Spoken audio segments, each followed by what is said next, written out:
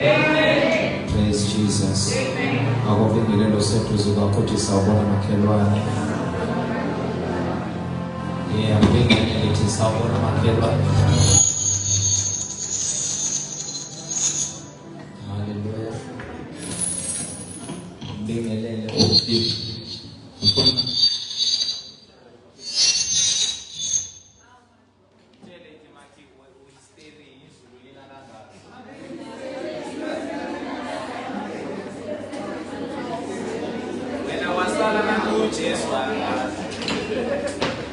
Amen. Yabona bazalwane Jesu mama thoya uya sasala uyokose nayacaza. Iphuma imvula ina, sishayeleni izandla bazalwane.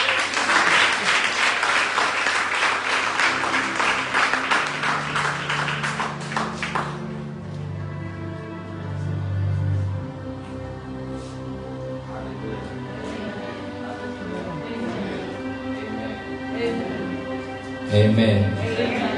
Yeah. Siyabonga uNkulunkulu bazalwane kunento bathi unforeseen occurrences. Amen. Aswahleli izulu asilibizi sithi izulu iza. Amen. Yeah, so besizoyethendela ukuthi kumanzi lapha ngaphakathi.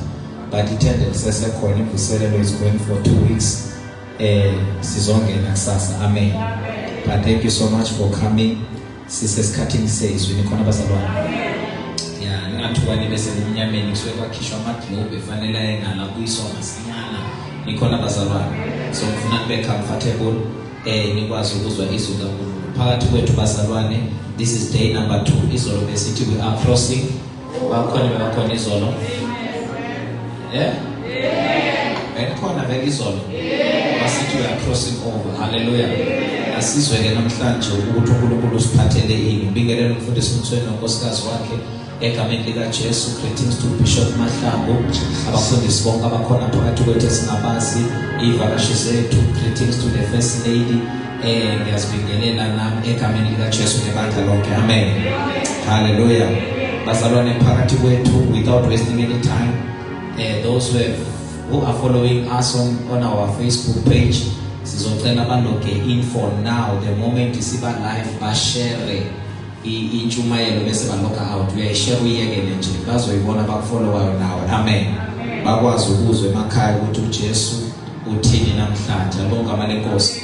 So sizoyezwa bazalwane phakathi kwethu as I've mentioned izolo sinenceka uNkulunkulu all the way from a week bank eOffice khona la eMpumalanga. Amen bazalwane. Lengasemamaini namaningi. Hallelujah. Is a qualified safety officer. So uzosikhonza namhlanje. Alibonga igama lenkosi. I-dress code yazikhulumela. Hallelujah. Bazalwane baphakathi kwethu. He is my brother in the Lord. uNkulunkulu uyamsebenzisa unenhliziyo yemiphefumulo. That is why bamthweni sithe kule mega miracle and soul winning crusade akabe khona naye ngoba unayo lento ukuthi uzani uJesu. Nikhona bazalwane, ni right bazalwane. So ngizothanda ukuthi abakhona ukuliliza balilize, abakhona ukushaya izandla bashaya izandla. Help me welcome on stage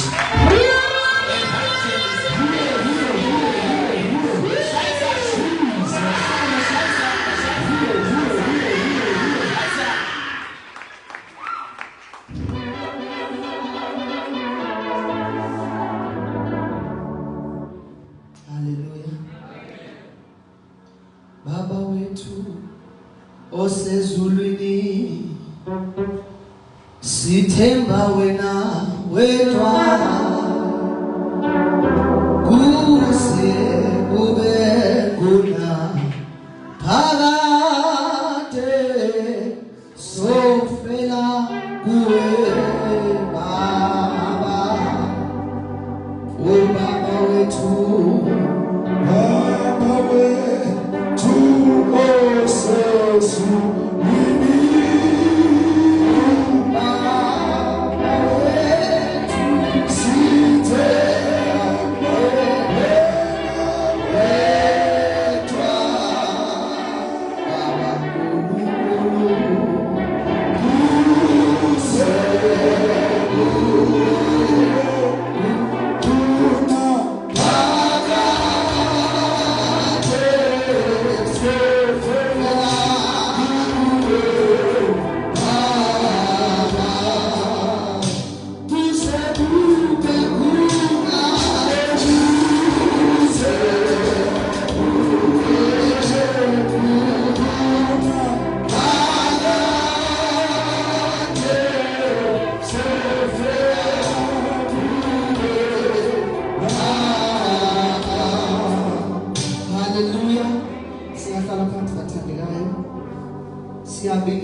ebusuku kwandebele egameni lika Jesu. Amen. Hallelujah. Hallelujah.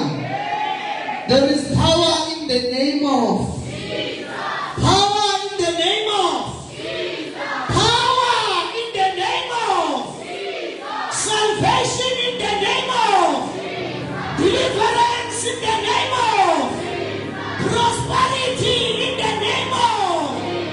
In the name of Hallelujah. Hallelujah.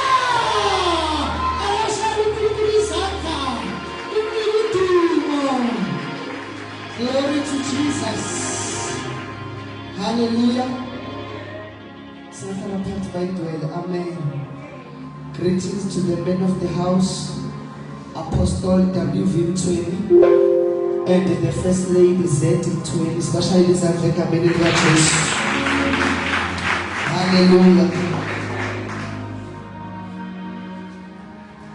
Sibingelela abafundisi bonke abakhona egameni lamandla igama Jesu Kristu Nkosi. Amen. Nabazalwane bonke umakoti kaKristu azithengela yena ngegazi lakhe sikabingelele ebusuku egameni kaJesu. Hayi bazalwane benginibingelela ngegama likaJesu.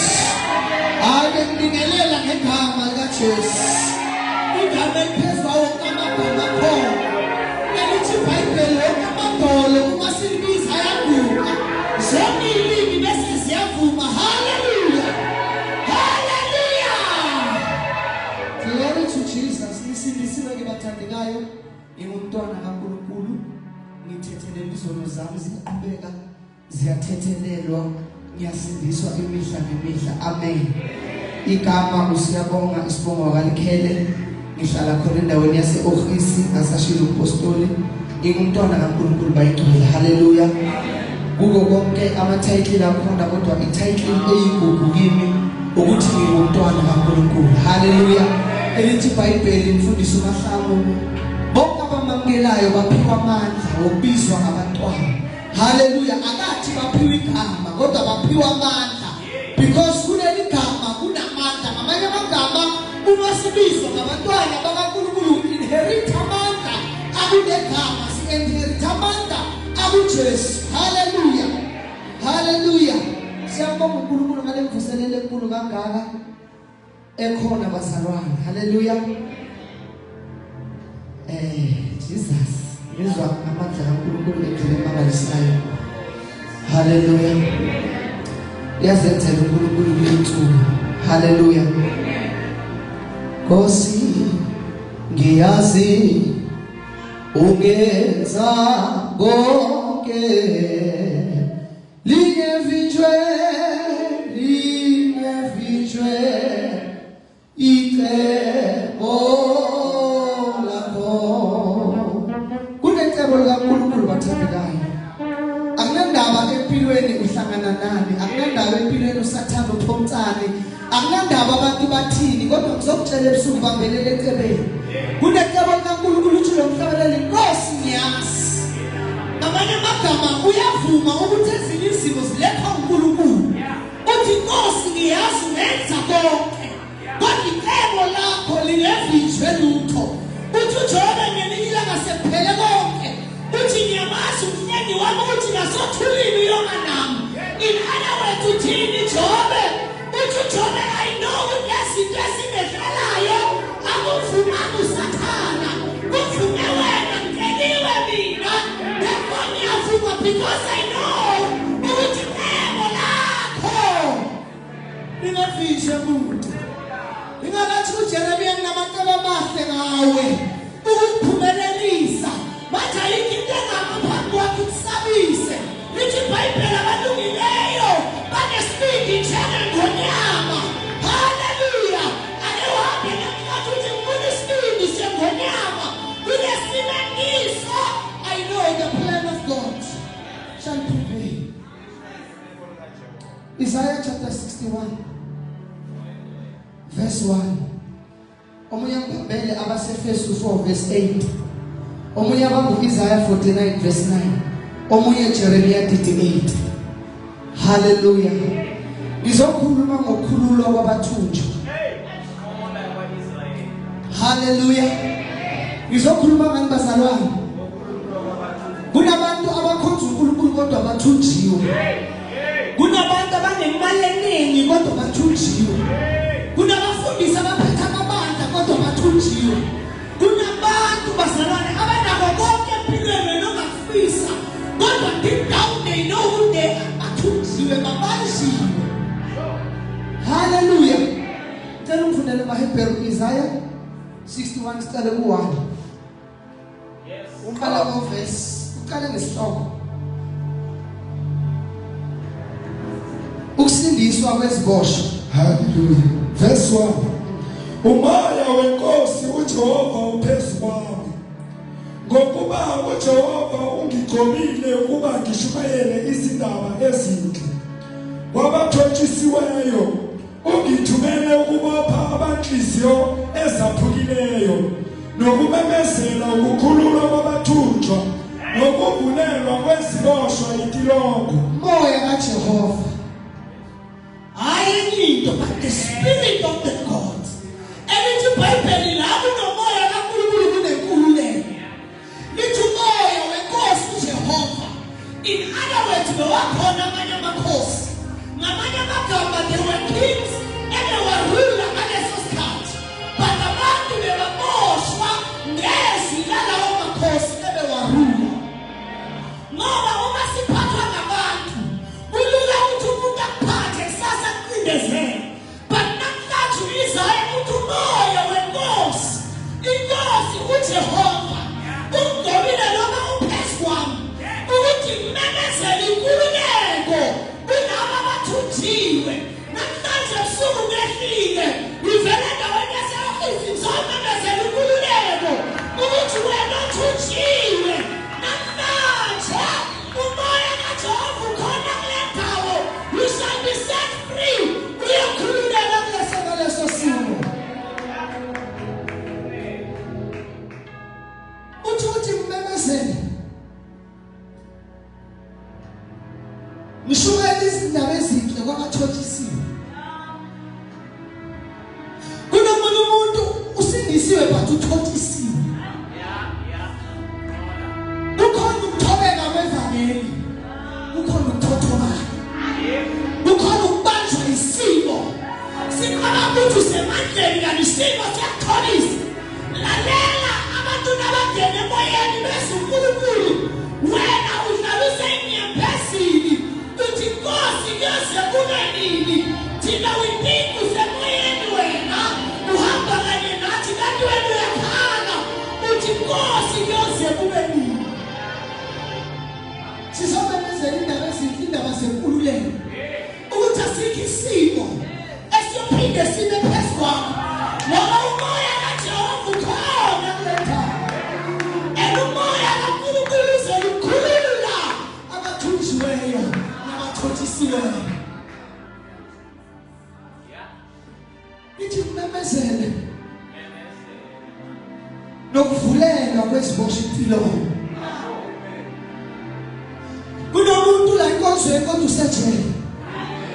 Nomuntu ugqokile kuhle kodwa usejele. Sizomemezela ukuthi namhlanje lawo madoda akabophile. We shall be set free ngegama likaJesu. Lelo tilongo elikuvalele. We shall be set free ngegama likaJesu. Abantu abaphila ejele. Uphila ejele lethonto. Uphila ejele lejealousy. Uphila ejele lepoverty. Uphila ejele lesickness. Uphila ejele lerejection. Ejele lakhe akalalelwa abantwana.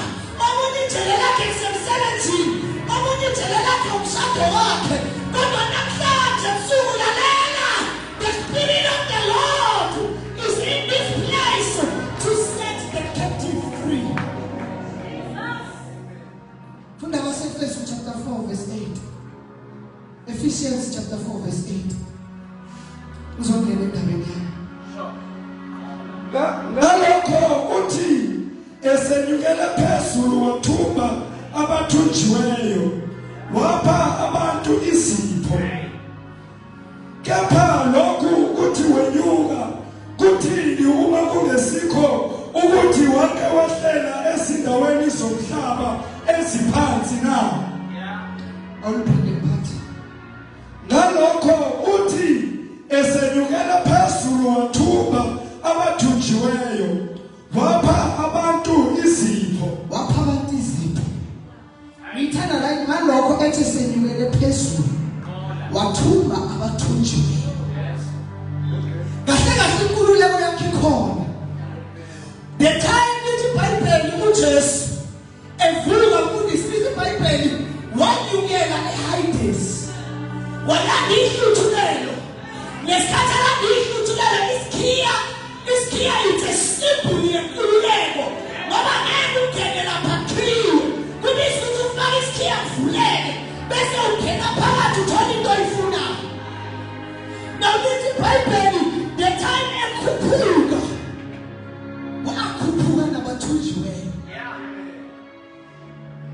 sizokhumbuza uSathane namhlanje ukuthi lalela Sathane wena usele nesithunzi esogweni kade mina ngakhushulwa kule ntupheke niyo it is just a shadow mina ngakhushulwa by the time ekhuphuka nabathunjiwe ekhuphuka nababoshiwe I was part of that group.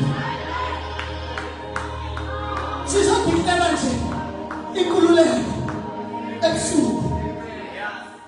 Hallelujah. Esenyukele phezulu wathumba abathunjiweyo wapha abantu izipho.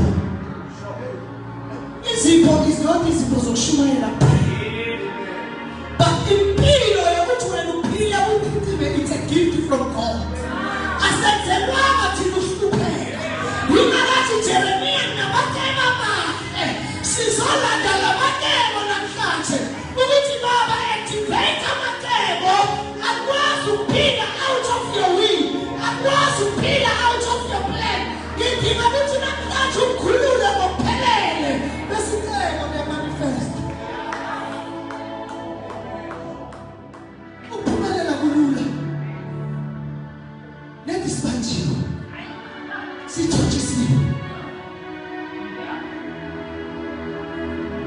Isaiah 49:9 awari ngizoshumayela manje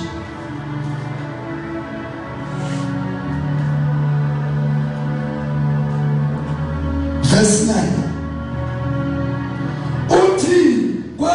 Uthi kwababoshiweyo phumani nakwabasebumnyameni velani bayakuklaba ngasezindleleni amadlelo abo abesemagcumeni konke. uthi kwababoshiweyo phumani zokhipha wena namhlanje umoya kaNkulunkulu khona uzokhipha wena kule poverty eboshiwe sizothi come out kuloko kungaphila sizomemezela inkululeko kuloko umnyango hamba kibo sizomemezela ukukhanya uthi uDavide izwi lakho liyisikane enyaweni zami therefore angikwazi ukuhamba ebumnyameni kunezwi lakho umemezela ukukhanya sizothi vela impumelelo yakho ikhona sibanyoni ilinde wena vela ake uvele kunaba bahambe ebumnyameni vela yabona noboshiwe awuboni noma sekufika isikhathi e-breakthrough noma umnyango we-breakthrough uvulekile ukuthi ngena ubone uboshiwe uthotshisiwe uhambe ebumnyameni ayikho into ongayiboni ebumnyameni umnyango uvuliwe kodwa kumnyama sesilinde ubhizi udlula khona la kumnyama ubathi uyaphumutha nayo i-breakthrough ikhona ifuna ungene but inkinga enkulu uthotshisiwe wena inkinga yakho ubanjiwe wena inkinga yakho uboshiwe but namhlanje sizokhulula abantu ukuthi umoya kaNkulunkulu shall give direction ukuthi wena uyaphi ngoba umoya kaNkulunkulu yiwona osinika indlela.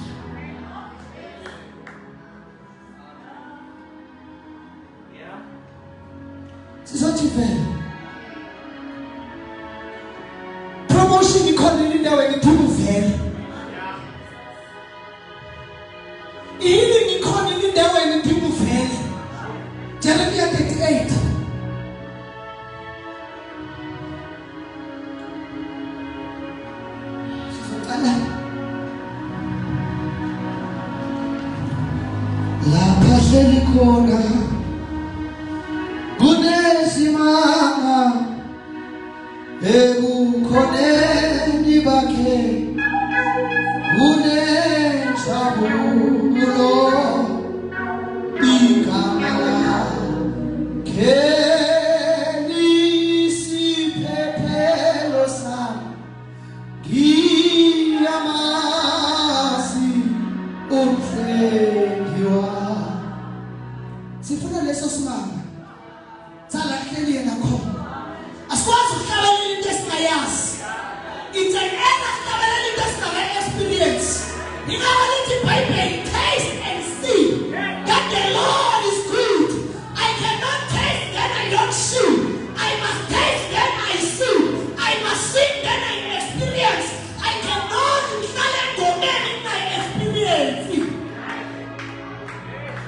ukuhlabelela hleli khona kuneyimali khoneni bakhe kunenjabulo awukwazi ukuhlala ekhoneni balo uyahlupheka awukwazi ukuhlala ekhoneni balo ulala ngamaphilisi awukwazi ukuhlala ekhoneni kaNkulunkulu balo ufika endlini kuyaxokozela we must taste le njabulo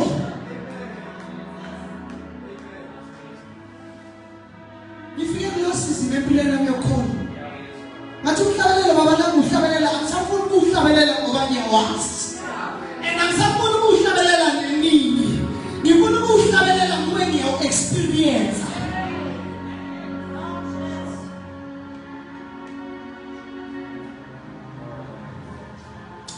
38 ufunde uverse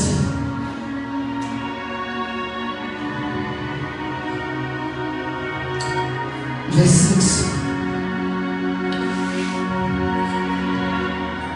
zasezithatha uJeremiya zamphatha emgodini kaMilikiya indodana yenkosi owawusegcekeni letilongo bamehlisa uJeremiya ngezintambo emgodini kwakungekho manzi udaka lodwa uJeremiya washona odakeni.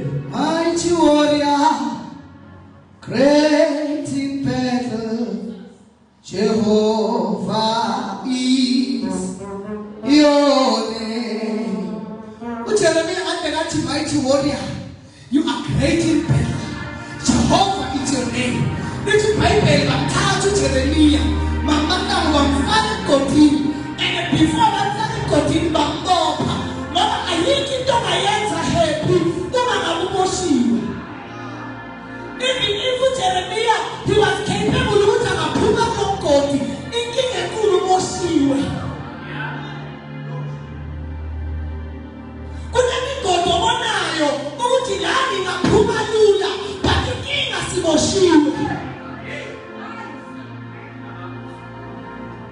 Jeremiah, you come up as a mamma. Ubutaka na mesa vesi togo, kama kakarele, ukodaza kumele ngai. Kodi ndabekulu beka mosiwe. Mabana mosiwe, no mabana ma ideas and business. God anaka mosiwe, nothing will move.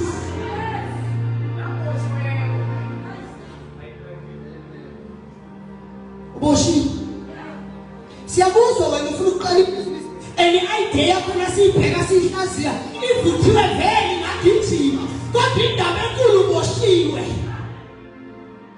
munye uthothisile kunalo ufuna ukudishise la kuphova kuyakuthobisa akayi ungenzi angeke iphumele lalela namhlanje konke moshe isitha ngegama lika Jesu konke ngabaketabi sikashulimo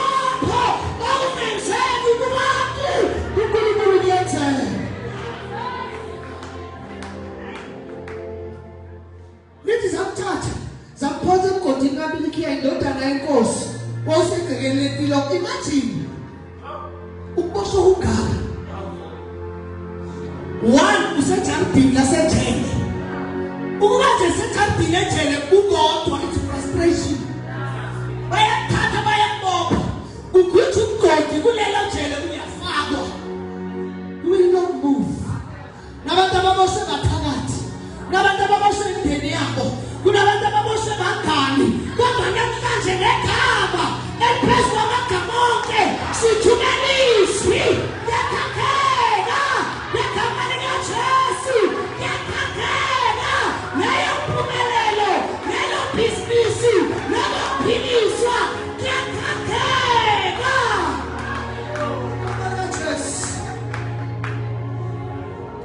Nithi kwakungekho manzi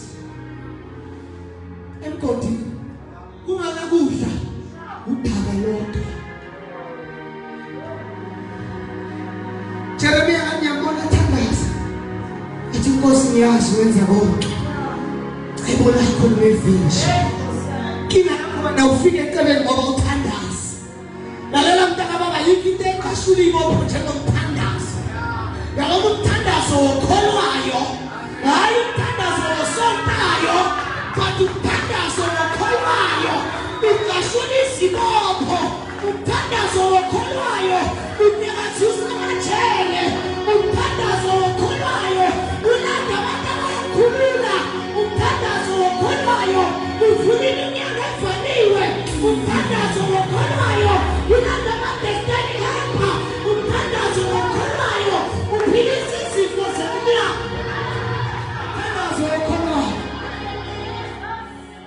Athi yambona uJeremia ambiza uNkulunkulu wakhe ngoba phakathi nesimo sithuli kodwa siyambiza uNkulunkulu athi uncandweni yalalela phendule lalela mntaka bize yena uyaphendula uthi ngibize Jeremia mina ngiyakuphendula ngikhomba into enkulu ongazaziyo nesifihlakeleyo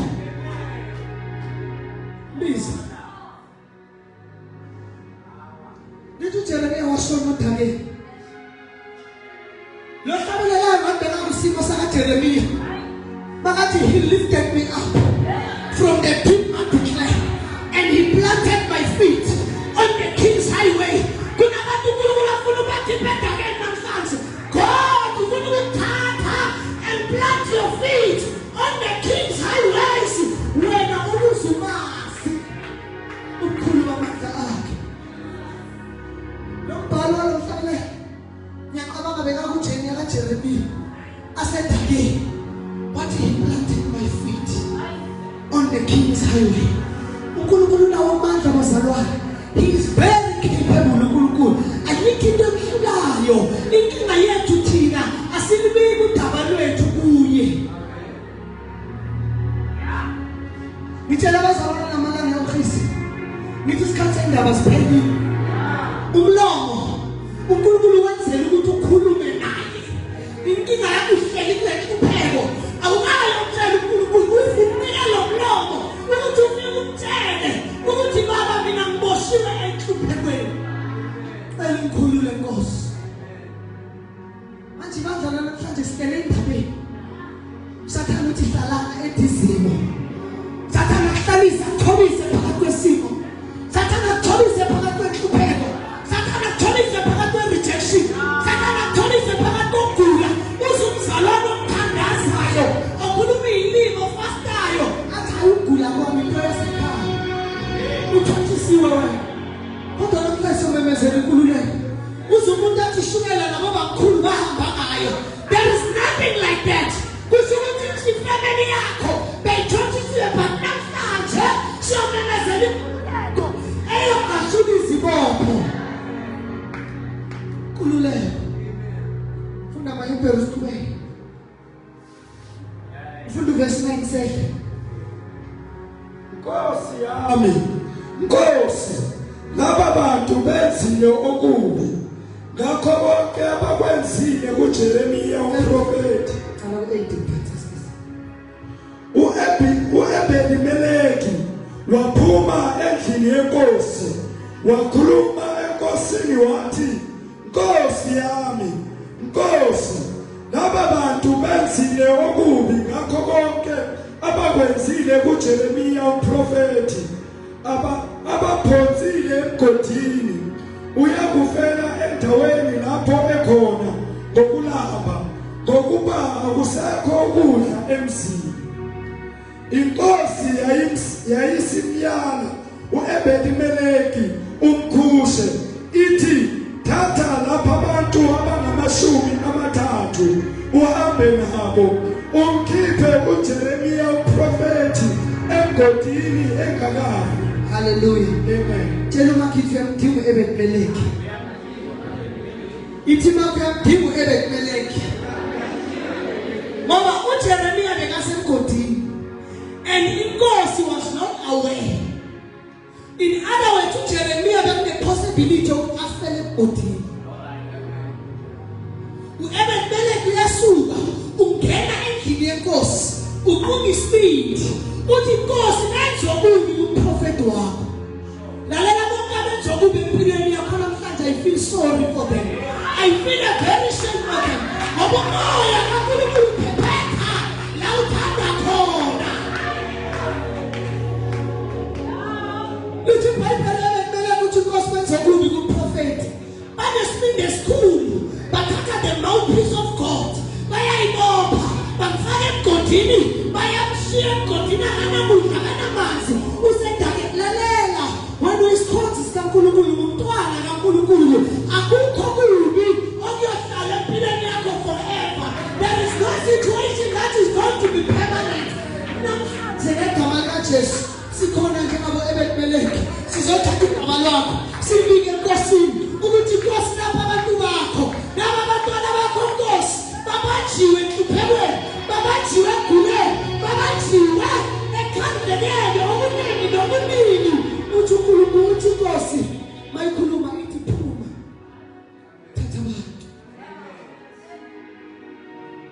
thatha abantu nisuke nokhuluma uJeremiya lithi iBhayibheli bazalwane uJeremiya akayokhuluma akhathanga amarobho amakhulu ngoba into kaNkulunkulu ithi inkosi ibukeka ibuwula kodwa ingamandla ibukeka ngathi inaveki so ibukeka ngathi idelelekile so labafana abancane bazositshela ngempilo babancane lalela yona leya abafana abancane izokhulula wena leya labantu abangabukekile izokhulula wena lithi iBhayibheli wathi thatha abantu bese ngahalela kabana it was a storeroom wathi thatha amadlephu in other words thatha lokho kudelelekile amaraka nibone ukuthi pressure njani nabayenza lelo kaJeremiya emintambo green and yellow enibove njani kodwa lithi iBhayibheli ebekike nabantu bakhe wathatha intambo wayibopha njengoba sikule mvuselelo sadotsha abahlukile basenza kubosha intambo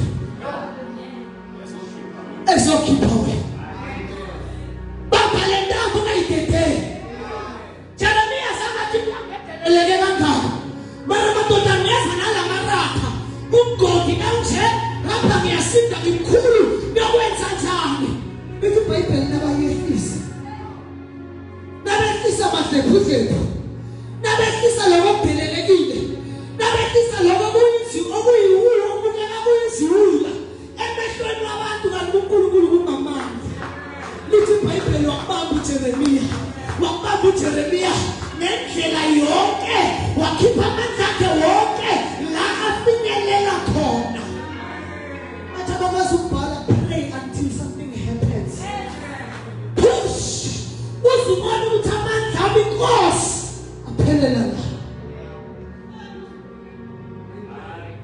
oba uJeremiya maratha wabamba amadlephu ngiyacabanga sesibindi manje wafaka emakhopheni wathi no ngalento engikhipha ngayo angifuni ukusala namhlanje nakule viki lenzayo ungasali wena ivani ivuselelo wena usale kule simo kizi lithi iBhayibheli bamkhipha uJeremiya emgodini bamkhipha ngezinto ezidelelekile into eyakhipha uJeremiya emgodini akusimandlephu ukukholwa kukaJeremiya.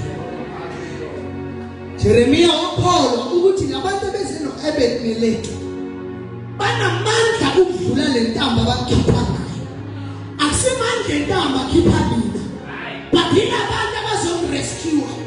Sengihlala phansi mntakababa imvuselelo isaqhubeka labantu abazoma phambi kwakho ake ukhona bona ukuthi uNkulunkulu abahamba naye indeed uNkulunkulu onamandla.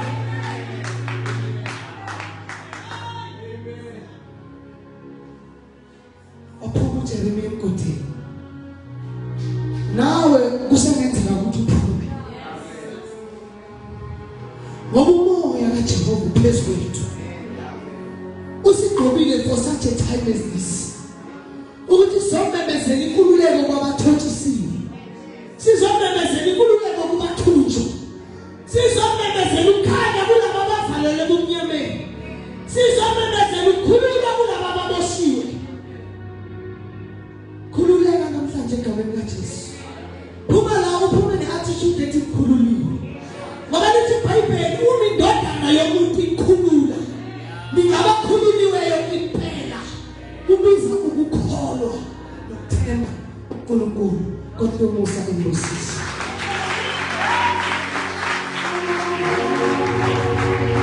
Angiyoshaye izandla. Asumimini osetushela ukubona izandla. Hayi bazalwane ngishayela ukufundisa izandla. Hallelujah. Praise the Lord. Praise Jesus. Amen. Man of God, thank you so much. Akuyotshela ukuthi Maki. Angazi wena mina ngikhululekile. Izolo bengitshela ukuthi ngicross over namhlanje ngiyakhululeka. Khona umuntu ozofakaza ngale vuselelo. Ake ngizoshaya izandla khona ozofakaza. Praise Jesus. Praise the Lord. Amen. Thank you so much, Mvangeli, for allowing God to use you in such a very, very extravagant way. Amen. Tomorrow, the man of God all the way from Eastern Cape, Apostle Lelokolo George, will be in our midst. Hallelujah. Praise the Lord. Tomorrow, uzabe akhona ulephuza umlilo. Mvangeli naye usesekhona akayindawo. Hallelujah. Mfundisi Joseph Shabango uyalungisa naye usendleleni. Mfundisi Dominion Mankurane usendleleni. Apostle Umkhize usendleleni. Umfundisi uSibanyoni my son from Verina usendleleni. Pastor Lungi M the apostle. My apostolic covering usendleleni naye. Amen. So ngicela ke ukunyachaza ngoba undiscourage wayivula bazalwane. Kuba kwangathi uNkulunkulu senzela advantage ukuthi siqale la ebandleni. Amen bazalwane. Usiwena nesiphazamisa sinesakhiwo. Saphakathi. Amen. So kusasa ke bazalwane bami siyobe sikhonze attendance ekhuza lemvula ilalele manje. Siyokhonza attendance omvangeni abantu bethende bafuna ukugijima. Nikhona bazalwane. So make sure that you come. Ngiyakholwa ukuthi uNkulunkulu uzonikhulula. Ngiyakholwa ukuthi amagula abazophila. Siyibandla ke bazalwane elikholelwa emandleni kaMongcwele. God performs miracles in this church. People will be free, people will be healed, people will receive direction. uNkulunkulu uzosebenza nje phakathi kwethu alibonke abalenkosi. Amen. So yilezo zesokusasa 5 o'clock siyanqusa and then go 6 o'clock inkonzo iyaqala. Umeme ngiyacela ke uze nabayi2 noma bawu3 lizome abazalwane. Kungani baningi njani imeme nabanye sibe baningi western overflow. Amen. Hallelujah. Thank you so much, and all those who are watching online, God bless you. We trust that you have been blessed by the word of today. Amen.